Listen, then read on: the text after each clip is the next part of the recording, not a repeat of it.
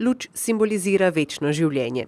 V tem času pa v vsej Sloveniji na grobovih preminulih gorijo sveče. Prazničnega dne spomina na mrtve ne obeležujemo zgolj simbolno, ampak je postal tudi velik okoljski problem. Če govorimo o samih odpadnih svečah, lahko rečemo, da smo v Sloveniji svojevrstni rekorderji, tudi v Mariboru, in sicer na leto prižgemo tudi do 20 milijonov sveč. Seveda v teh praznikih, torej v času dneva spomina na mrtve, še toliko več, kar seveda ni zavidljiv rekord, če pomislimo na to, da iz tega potem nastanejo odpadki. V Sloveniji na leto pridelamo približno 4500 ton odpadnih sveč, v Mariboru se ta številka ustavi pri približno 260 tonah na leto in je že kar nekaj let bolj ali manj konstantna. Okoljske zahteve so iz leta v leto višje, zaradi tega se tudi trendi na področju reciklaže spreminjajo.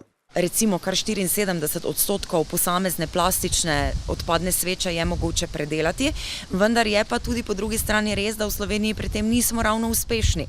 Na Snagi torej opozarjajo na okoljski vidik nagrobnih sveč. Tisti, ki jim slednje predstavljajo vir dohodka, nad tem niso najbolj navdušeni. Še več, poudarjajo, da se je namenoma zanemarjalo okoljski vidik ter dajalo prednost praktičnosti.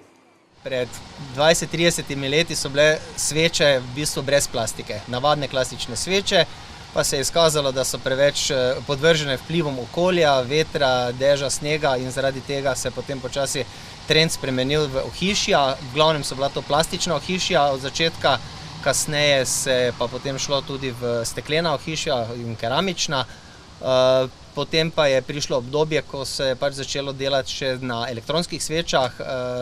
Tega je zdaj vedno več bilo, pač z vidika, da naj ne bi sveče onesnaževale okolja, kar pa je, če mene vprašate, neresnica, zaradi tega, ker nagrobne sveče ne onesnažujejo okolja. Krepek še meni, da je država zakonsko regulativo za reciklažo dobro poskrbela. Smo edina država na svetu, ki imamo poskrbljeno reciklažo sveč. Leta 2010 je država izdala uredbo, po kateri smo mogli svečarji sami narediti v bistvu linije za predelavo sveč. Obstaja, mislim, da 3 firme obstajajo, ki se ukvarjajo z tem.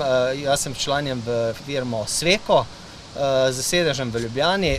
Sveče se od takrat ločeno zbirajo na pokopališčih, grejo v predelavo v Jesenice, kjer se loči elektronika, ločijo se kovinski deli, loči se parafin, plastika in vse gre v ponovno predelavo.